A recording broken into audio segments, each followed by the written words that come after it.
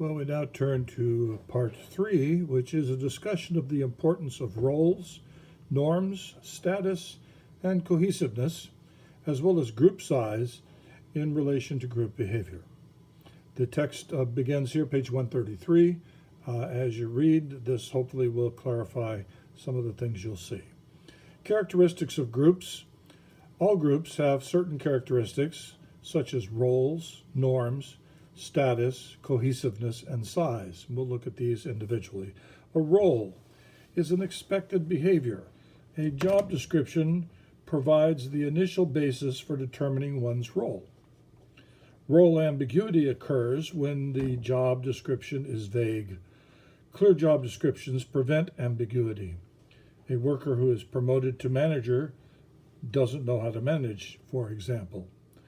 Norms are rules of conduct adopted by group members. These norms indicate how each group member ought to act.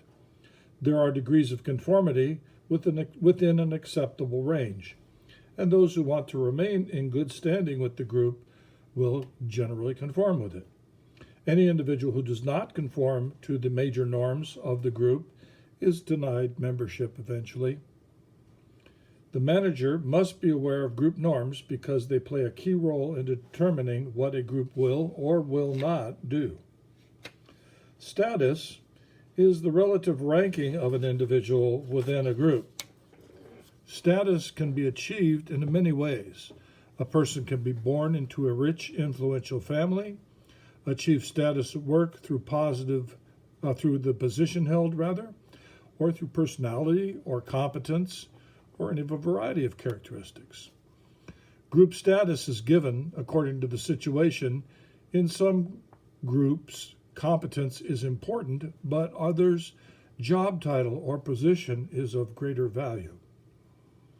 Status incongruence is the discrepancy between a person's supposed status and the way the individual is treated. All senior managers, except one, receives a new desk. Interesting little omission there. Status is accorded to people for behaving according to the expectations of the group. And when people do things that do not fit the category, they threaten their own status. Fourth characteristic is cohesiveness. Cohesiveness refers to the closeness among group members. If cohesiveness is high, satisfaction is high. And if it is low, members are dissatisfied and will leave the group. However, cohesiveness does not guarantee high productivity, and individuals may like each other and have an informal norm of low output.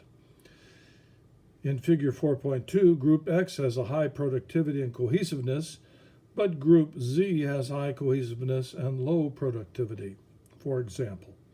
Group cohesiveness challenges a manager who must motivate low-producing groups and still protect the cohesiveness of the high-producing groups. Difficult management task there. If technology is overemphasized, cohesiveness will decline and productivity fall. If people are accommodated to the expense of technology, the firm suffers from the competition. Finally, group size.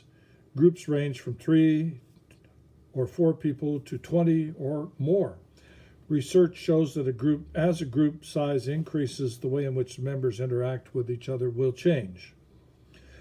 Excuse me.